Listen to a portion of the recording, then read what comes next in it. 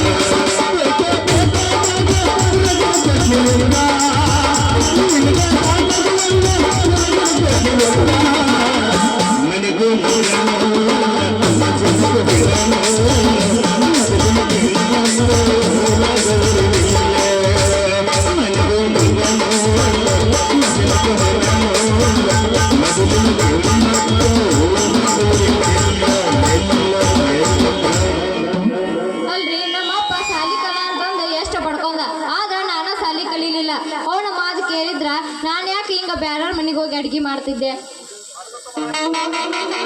ಅಲ್ಲ ಗಂಗಿ ಬಳಿ ಯಾಕೋ ಅರ್ಬಿ ಕಟ್ಕೊಂಡು ಬಂದಿಲ್ಲ, ಏನಾಗೈತೆ? ಅಡ್ಗೆ ಮನ್ಯಾಗ ಐದಲ್ಲ ಸೌತಿಕಾಯಿ ಹಚ್ಚುವಾಗ ಕೈ ಚಾಕು ಹಾಕೊಂಡು ನೋಡ. ಅದ ಯಾರಪ್ಪ ನೀನ ನಮ್ಮ ಬುದ್ನೂರು ಊರಾಗ ಇಂಥ ಎಳಿ ಸೌತಿಕಾಯಿ ಅಂತ ಕೈ ಕಡಿ ಮಗ ಅಂತೆ. ಅಷ್ಟು ಪವರ್ ಐತೆ? ಅದಿರ್ಲಿ ಬಿಡು. ಇವತ್ತು ರಾತ್ರಿ